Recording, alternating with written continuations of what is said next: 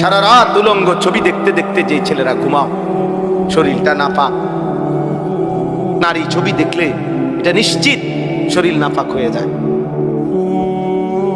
এই বীর্যপাতের কারণে শরীর তো নাপাক হয়েছে, এশার নামাজও পড়ো নাই, এক ওয়াক্ত নামাজও পড়ো নাই, এই অবস্থায় ঘুমায় এই রইলা। যদি এই ঘুম আর না ভাঙে, যদি এই অবস্থায় এক বোমার আঘাতে, এই আজকের পত্রিকা তো আসছে, ফিলিস্তিনি এক বাচ্চা 6 বছরের সাক্ষাৎকার দিছে। সে বলছে আমি আমার সাথীদের সাথে খেলতেছিলাম, হঠাৎ করে বোমা আসছে, পড়ছে, আমি বেহুশ হয়ে গেলাম, হুঁশ ফিরে আসছে, আর আমি দেখি আমার হাতটা নাই। আমার হাতটা আমার থেকে 6 বছরের মাসুম বাচ্চা বলছে, আমার হাতটা, আমার হাত ছুটে, আমার এই হাতটা আমার সাথে নাই, বোমার আঘাতে পড়ে গেছে। ইমানদার, বোমার আঘাতে লাশ উপরের দিকে ওটা ছিন্ন ভিন্ন টুকরা টুকরা হয়ে গেছে।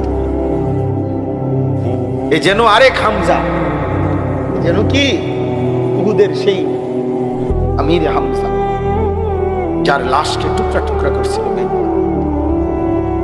আমি মনে হয়েছে আমার এই কথা, হ্যাঁ ভাবছিলাম আমির হামজার মতো আর কেউ হবে না।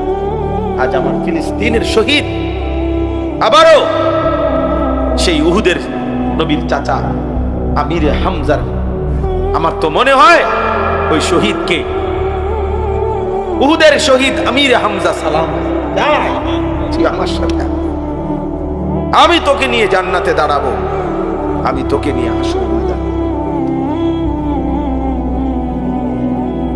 এজন্য বন্ধু, আমরা অনুরোধ করি তোমাদেরকে, বাবারা আপনাদেরকে অনুরোধ করি, আপনারা আপনাদের ছেলেদেরকে কিভাবে নামাজি বানাবেন ফিকির করেন, আপনারা আপনাদের মেয়েদেরকে কিভাবে পর্দানশীল বানাবেন ফিকির করেন, আপনাদের স্ত্রীকে কিভাবে নামাজি বানাবেন ফিকির করেন। এই ভাবনা ভাবেন, চোখের পানি ফেলে কাঁদেন, আলেম দ্বীনের সাথে পরামর্শ করেন। আহারে বাপ, এই যে কয়জন বাবা আছেন, আপনাদের কাছে অনুরোধ করি, চাচা আমার কথায় রাগ হইয়েন না, আপনাদের যাদের ছেলে নামাজ পড়ে না, মেয়ে পর্দা করে না, আপনি একজন ব্যর্থ বাবা। আপনি এই খাট পালং সোফা ফার্নিচার দেখাইয়া মুসলমানের কোনো সফলতা নাই। একজন মুসলমান শুধু তার 60 বছরের পরে এই বাড়ি দেখাইলো, বিল্ডিং দেখাইলো, 10 শতক জমি দেখাইলো, সোফা ফার্নিচার দেখাইলো, এর মধ্যে মুসলমানের জন্য কমপক্ষে যাররা পরিমাণ কোনো কি নাই, কৃতিত্ব, কৃতিত্ব নেই। এর মধ্যে মুসলমানের কোনো কৃতিত্ব নেই। মুসলমানের কৃতিত্ব ঈমান, মুসলমানের কৃতিত্ব তাকওয়া। আমাদের বাংলাদেশের বর্তমান জাতীয় মসজিদের খতিব যিনি, হযরত মাওলানা আব্দুল মালিক সাহেব দামাত বারাকাতুহুল আলিয়া, উনি বলছেন, ওনার এক লিখনের মধ্যে আছে যে সৌদি আরবে একজন ইঞ্জিনিয়ারের সাথে দেখা হয়েছে। তো ওই ইঞ্জিনিয়ার সাহেব বলছে, হুজুর আজকে 70 বছর যাবত আমাদের ফ্যামিলির ঐতিহ্য, ওই ইঞ্জিনিয়ার আরব দেশের, যে আজকে 70 বছর যাবত আমাদের ফ্যামিলির ঐতিহ্য যে এই ফ্যামিলির ছেলে মেয়ে যেই এই পৃথিবীতে ভূমিষ্ঠ হয়েছে, এমন প্রত্যেকেই আমাদের ফ্যামিলির গত 70 বছরের সকলেই হাফেজ।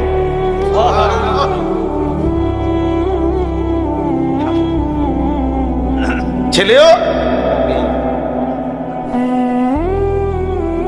হাফেজ। তাহলে এটা বলার মতো কিছু, কি বলেন, এটা একটা বলার মতো জিনিস। শেখুল হাদিস আল্লামা আজিজুল হক রাহমাতুল্লাহ আলাইহি, তার ছেলে মেয়ে নাতি নাতনি সব হাফেজে কোরআন, কসম আল্লাহ, সব হাফেজে কোরআন। এই যে আমাদের আলোর মিনার, সাহসের বাতিঘর, যে কথা বললে বাঘের গর্জন হয়, যিনি দাঁড়াইলে মিছিল হয়, যিনি হাঁটলে আন্দোলন হয়, তিনি আল্লামা মামুনুল হক। মামুন কথা বললে গর্জে ওঠে।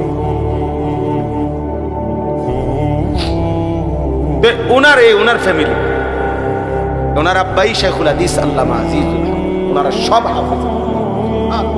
আপনি এখন গিয়ে জিজ্ঞেস করেন। এই জন্য বললাম বাবা, এটা বুঝতে শিখেন, বুঝতে শিখেন, ভাবতে শিখেন। আপনার আমার জিন্দেগির সফলতা, আমার ছেলেগুলো নামাজ পড়ে, আমার মেয়েরা পর্দা করে, আমার নাতি নাতনি সবাই আল্লাহর কোরআন পড়তে পারে, আমার ঘরে ফজরের নামাজ আদায় করে সবাই। এটাও বলার মতো কোনো বিষয়। খাট বানাইছেন, সোফা বানাইছেন, তিনি কীর্তেন করছেন, কীর্তেন কীর্তেন। আমি প্রায় বলি এ কথাটা। এক চাচা আমার একদিন বলছিল, হুজুর আল্লাহর রহমতে 4টা রুম দিয়ে একটা ঘর করছি, দোয়া করেন। 2টা বাথরুম দিছি ভিতরে, বাথরুমটি শুদ্ধ টাইলস। আল্লাহ না রে তাকবীর, বাথরুম কফাল, কফাল ওনার বাপ দাদার কফাল, বাথরুমে উদ্ধার টাইলস লাগাইছে। এর চাইতে বড় সফলতা জীবনের আর কি হইতে পারে? আমি বললাম, চাচা কফাল আমনের কত বড় সৌভাগ্য, আজকে আমনে এবং আপনার জিফুত নাতি নাতনি টাইলসের মধ্যে মুতেন। আল্লাহ পাক কত বড় নিয়ামত দান করছেন।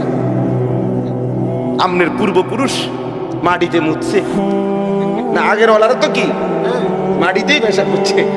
এখন আমনে এবং আমনের পরবর্তী জেনারেশন এখন থেকে টাইলসে মুতবে।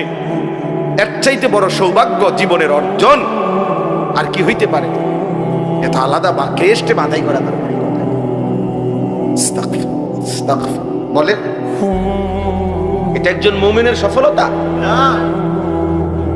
আমার কথা শেষ হয়ে গেল। যার যে মতো, আগের মতোই ফজরের নামাজে মুসল্লি নাই, আগের মতোই বাজারের কোনো ব্যবসায়ীর জীবনে পরিবর্তন নাই, কারো আখলাকের মধ্যে ছিটে ফোটা কোনো পরিবর্তন নাই। তাইলে এই ওয়াজ, এই নসিহত, এই বয়ান তার জন্য আল্লাহ আমাদেরকে বোঝার তৌফিক দান করুন। আমিন। অভিশপ্ত ওই জীবন, ফেরেশতা যেন তার উপরে লানত দিছে যে তোর উপরে আল্লাহর লানত পড়ুক। রমজানের মতো এত বড় মাস পেয়েও তোর কোনো পরিবর্তন নাই, খোদার গজব পড়ুক তোর উপরে, আল্লাহর লানত পড়ুক তোর উপরে, আল্লাহর লানত। এত বড় রমজান পেয়েও একটা মিথ্যা বলা ছাড়তে পারলি না নাফরমান, নতুন করে নামাজ পড়া শিখলি না নাফরমান, কোনো কিছুই কোনো পরিবর্তন, চুল আগের মতো, প্যান্ট আগের মতো, জামা আগের মতো। আহা অসভ্যতা, নোংরামি, অশ্লীলতা, নারী, ছবি, জিনা, ব্যভিচার, মদ, জুয়া, সুদ, ঘুষ, ওজনে কম দেওয়া, গালি, বিড়ি, সিগারেট, টেলিভিশন, নাটক, সিনেমা, যার যেটা আগের মতোই। তো রমজানে কি অর্থ? একটা ছেলে ভাই, সবাই একসাথে বদলায় না, আমরা জানি সবাই একসাথে বদলাবে না। একজন হলে একজনই ভাই। নবীজি তো বলছেন, এটা জিব্রাইল বলছে, লানত ওই ব্যক্তির উপর রমজান পেয়েও যে জীবনটা বদলাইতে পারল। যেমন মনে করেন হজে গিয়েও যার জীবন বদলাইল না, আল্লাহর ঘর দেখা, নবীর রওজা দেখা, তো তার পরিবর্তন আর কি দিয়ে হইব বলে? এজন্য আমরা কিতাবে পড়ছি কোন ব্যক্তির হজ কবুল হয়েছে কিনা এটার একটা বাহ্যিক প্রমাণ আছে, সব কিতাবে আছে এই কথা। উলামায়ে কেরাম, মুহাদ্দিসিনে কেরাম বলছেন এটার একটা বাহ্যিক নমুনা আছে। নমুনাটা কি? যে ব্যক্তির হজ্জের আগের আচরণ আর হজের পরের আচরণ পরিবর্তন বোঝা যায়। দেখা গেছে লোকটা আগে চা দোকানে আড্ডা দিত, বিড়ি খাইতো, সিগারেট খাইতো, গালিগালাজ করতো, টেলিভিশন দেখতো, নাচ গান দেখতো, সুদ খাইতো, ঘুষ খাইতো, কিস্তি নিত, হারামের সাথে ছিল। আলহামদুলিল্লাহ এখন হজের থেকে আইসা সব ছেড়ে দিছে, আল্লাহ বিল্লাহ করে, নামাজ রোজা করে, তাসবিহ তেলাওয়াত করে, বুঝাই যায় চেহারা। তো উলামায়ে কেরাম বলেন এটা প্রমাণ করে যে আল্লাহ তাআলা তার হজ কবুল করছে, কারণ তার মধ্যে কি হয়েছে? পরিবর্তন হয়েছে। কথাটা বুঝছেন কিনা বলে? তাহলে রমজানেরও তো একটা উদ্দেশ্য আছে। আল্লাহ তাআলা আমাদেরকে একটা মাস যে খাদ্য পানীয় স্ত্রী মিলন থেকে দিনের বেলা বিরত রাখলেন, এর কি কোনো উদ্দেশ্য নাই? সেই উদ্দেশ্য কই? সেই উদ্দেশ্য কই? তোমাদের ছেলেদের চেহারা দেখলে বলো বাবা, পরিবর্তন কোথায়? রমজান পেয়ে পূর্ণ এক মাস রোজা রেখেও কেন নামাজ পড়তে পারলা না? কেন পারলা না? রমজানের ওই দেখেন মোবাইল ধরেই রাখছে। কিছু এত অসভ্য কিছু ছেলে এরকম এত ব্যর্থ, মানে কলিজার ভিতরে যার মোবাইল ঢুকে গেছে, এই অসভ্যর পরিবর্তন কঠিন। ওর কথা হইলো, হুজুর তোমার বাপ না তোমার আব্বাইও যদি কয় আমি ছাড়তাম না মোবাইল। মোবাইল আমার প্রাণ, মোবাইল আমার প্রাণ ভ্রমরা। এই ভ্রমরা যদি টিপ দেয়, আগে শুনছি গল্প ছোটবেলায়, রাক্ষসের প্রাণ ছিল কিসে? ভ্রমরার ভিতরে। আমরা ছোটবেলায় গল্প শুনতাম না, ওই ভ্রমরা যদি কি টিপ দিয়ে মাইরা লায়, তাহলে রাক্ষস কি হয়ে যাবে? আজ অসংখ্য ছেলে পেলেন এই অসভ্যদের জিন্দিগিটা, তার জীবন এটা। তার কোনো মা নাই, তার কোনো বাপ নাই, তার কোনো বংশ নাই, তার কোনো ধর্ম নাই, তার কোনো কোরআন নাই, তার কোনো আল্লাহ নাই, তার কোনো রাসূল নাই। তার জীবন একটাই, একটা মোবাইল, একটাই। এই এক মোবাইল তার জীবন। এরপরে এর দ্বারা কি কোনো ভদ্রতা আছে? মানুষ কি মনে করে, মানুষ আমাকে কেমন জানে, কিচ্ছু আমার দরকার না। আমি মোবাইল চালাইতে পারতেছি, নারী ছবি অস্থির দৃশ্য এমবি আছে, চার্জ আছে, খালাস, নেট আছে। এবার আর আমার সমাজে ইজ্জত আছে না নাই, এটা আমার দেখার দরকার। আমার মনের চাহিদা তো পূরণ হচ্ছে, আমার চাহিদা তো পূরণ। যার ফলে মুসলমানের ঘরে জন্ম নিয়া বাবা মা মুসলমান হওয়ার পর সম্পূর্ণ নিজেকে ইসলাম থেকে বিচ্ছিন্ন করে তোমরা অসংখ্য ছেলে কাফেরের মতো চুল, কাফেরের মতো পোশাক আশাক লিবাস করে নিজের ইচ্ছা করে আলাদা করে লাগছো। তুমি বুঝাইয়াই দিছো যে আমি আসলে, যদিও আমার বংশ লোকে বলে মুসলমানের বংশ, কিন্তু আমি মূলত চলনে বলনে আমি বেঈমান। আহ বলো ভাইয়া, তাই তো এই চুল মুসলমানের চুল। তাইলে তোমার মা কোথায়, তোমার বাবা কোথায়, তোমার বংশ কি, তোমার ধর্ম কি, তোমার আল্লাহ কোথায়, তোমার রাসূল কোথায় সাল্লাল্লাহু আলাইহি ওয়াসাল্লাম, তোমার কোরআন কোথায়, তোমার ছোটবেলার মক্তবের পড়ালেখাটা কই গেল, তোমার মায়ের আদর কই গেল, তোমার বাবার আদর কই গেল? কতজন ছোটবেলায় তোমার জন্য দোয়া করছে, কতজনের কত আদরে তুমি বড় হইছ, বিনিময়ে আজ সব ভুলে বেঈমান কাফেরদের মতো নিজেকে সাজাইলা। আহ, এর চাইতে বড় পরাজয়, এর চাইতে বড় পরাজয়। অস্ত্রের মুখে মুসলমান কোনোদিনই হারবে না, আজকেও হারবে না ইনশাআল্লাহ। ফিলিস্তিনেও হারবে না মুসলমান, মুসলমান এখনো হারে নাই, ইসরায়েল জিতে নাই, এখন জিতবেও না কোনো সন্দেহ। মুজাহিদিন মাটির নিচে বাংকারে সব আছে, মুজাহিদিন আছে, ওরা শহীদ হয় নাই এখন। একদিন ঠিকই ফিলিস্তিনের জমিনে একদিন শুনবেন ইনশাআল্লাহ ইসরায়েলের কুত্তারা হেরে গেছে। বেটা, এটা আল্লাহর ওয়াদা, এটা আল্লাহর ওয়াদা। আমার আল্লাহ যদি সত্য হয়, ইসরায়েলের পতন হবে, এটাই সত্য। আর আমার আল্লাহ সত্য, আমার কোরআন সত্য, আমার রাসূলের ভবিষ্যৎবাণী সত্য। এই ইহুদি কুত্তারা এই পর্যন্ত চূড়ান্ত কখনোই জিতে নাই। এরা মদিনায় ছিল, বনু নজির হেরে গেছে। এরা বনু কাইনুকা ইহুদি গোত্র মদিনায় ছিল, হেরে গেছে। এরা বনু কুরাইজা মদিনায় ছিল, হেরে গেছে। এরা খায়বারে আশ্রয় নিছিল, সেখানেও হেরে গেছে। হযরত ওমরের জামানায় পুরা আরব সীমানা থেকে আখরিজুল ইয়াহুদা মিন জাজিরাতিল আরব, আরব সীমানা থেকে ওমর রাদিয়াল্লাহু তাআলা আনহু বের করে দিয়েছে, ওদেরকে বের করে দিয়েছে।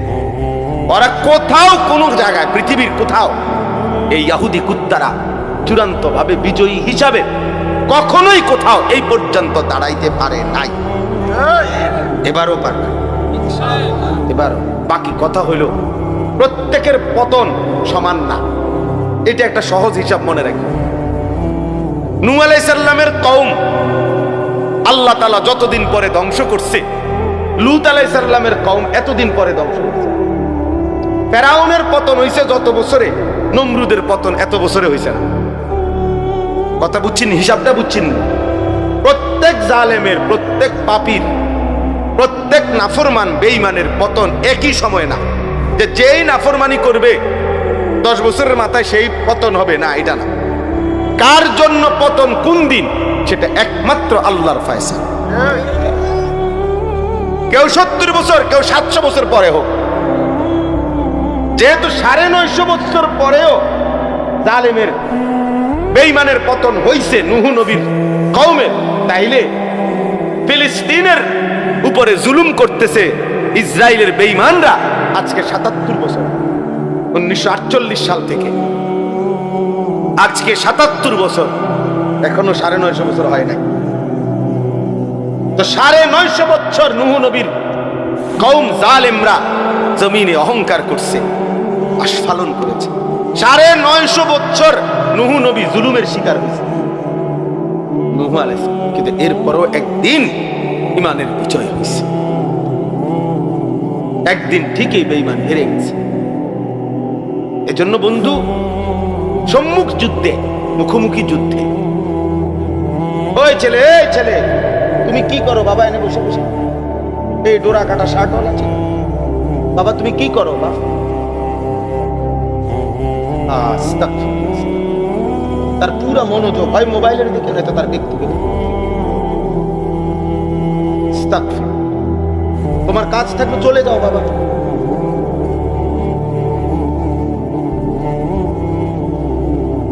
আমার এটা অভ্যাস, আমি ছেড়ে দেওয়ার মানুষ না।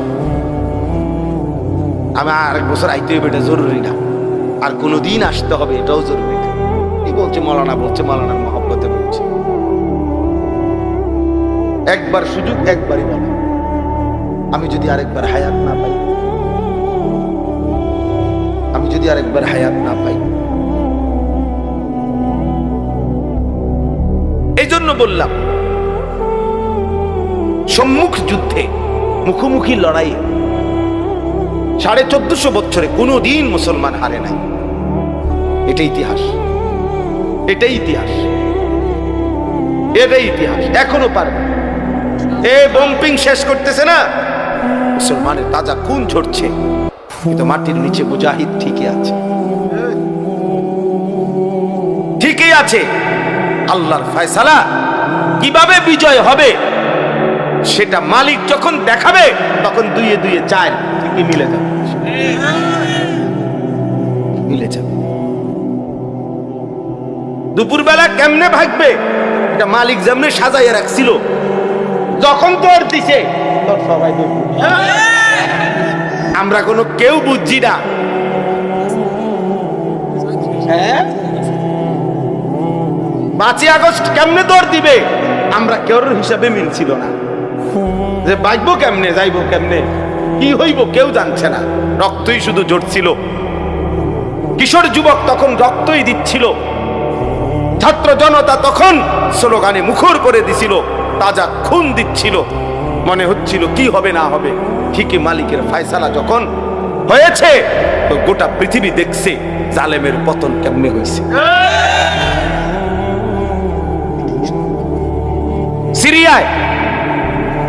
সিরিয়ায় 52 বছরের চাইতে বেশি বাপ পুত 2 জনে মিলে জুলুম করছে। হ্যাঁ, এই বাশার আল আসাদ আর তার বাবা 2 জনে মিলে সিরিয়ার 5 লক্ষ ইমানদার মুসলমানকে শহীদ করছে। জানো না, অসংখ্য নারী লাখো নারী ধর্ষিতা হয়েছে, ছোট মাসুম বাচ্চা 16 বছর হয়ে গেছে, এই জন্মের পর থেকে 16 বছর 18 বছর পর্যন্ত জেলখানা দিয়ে বড়। যেদিন জেলখানা থেকে বের হয়েছে তো সেদিন হয়তো 16 বছর 18 বছর। হ্যাঁ, এই 8ই ডিসেম্বর ঠিক এই বাশার আল আসাদ পতন হয়ে গেছে। তাইলে কারো পতন 16 বছরে হইতে পারে, কারো পতন 54 বছরে হইতে পারে, কারো পতন 950 বছরে হইতে পারে, কারো পতন 400 বছর পরে হইতে পারে। তাহলে ইসরায়েলের পতন হবে, ইহুদি কুত্তাদের পতন হবে।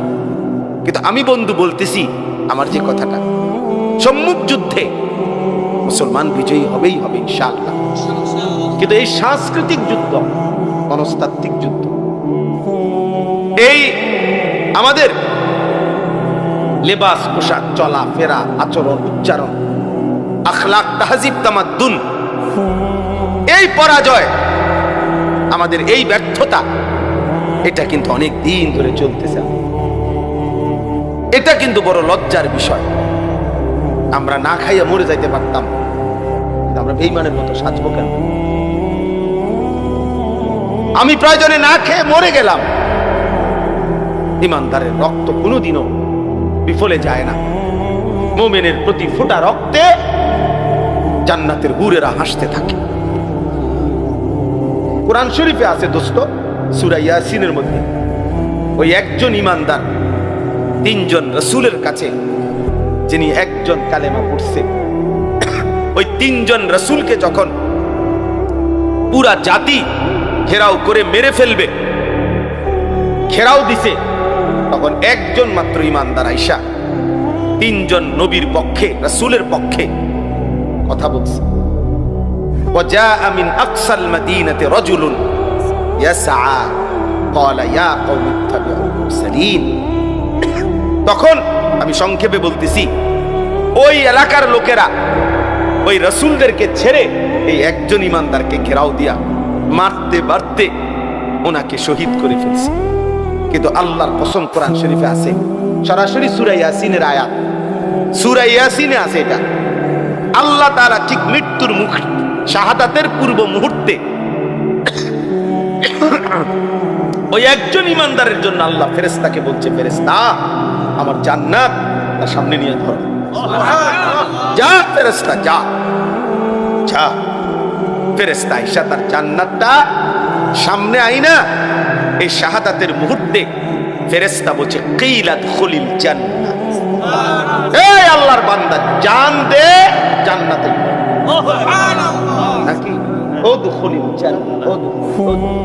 আরে এখন ঢোকটা, ওরা মনে করতেছে তোরে মারতেছে, না, ফেরেশতা বলতেছে আমি তোকে জান্নাতে রিসিভ করলাম। উদখুলিল জান্নাত ক্বালা ইয়া লাইতা কওমি ইয়ালামুন। ওই ইমানদার তখন শেষ মুহূর্তেও বলছে, হায় আমার জাতি, তোমরা যদি বুঝতা যে তোমরা তোমাকে মারো নাই, বরং তোমাদের এই মারার বরকতে আল্লাহ আমারে মেরে মাফ করে দিছে আর আমারে সম্মানিত বান্দাদের অন্তর্ভুক্ত করে দিছে। বিমা গফারালি রাব্বি ওয়া জাআলানি মিনাল মুকরামিন। আমারে মাফ করে দিছে আল্লাহ, আমার রক্তের ফোঁটায় আমার জিন্দেগীর গুনাহ মাফ, আমি সম্মানিতদের অন্তর্ভুক্ত হয়ে গেছি, আমি জান্নাতীদের অন্তর্ভুক্ত হয়ে গেছি। এজন্য ভাইয়া, মুসলমান জিতবেই, কিন্তু তুমি যে চেহারায়, সুরতে, লেবাসে, পোশাকে হেরে গেলা, তুমি যদি ঘুরে দাঁড়াইতে না পারো, তুমি যদি ঘুরে দাঁড়াইতে না পারো, তখন কি হবে? তখন কি হবে বাপ? এক ওয়াক্ত নামাজ না পড়তে পড়তে এভাবে 10 বছর, এভাবে 20 বছর, একদিন যদি আর কোনোদিন আল্লাহ তাআলা আখিরাতের কথা মনে না করায়,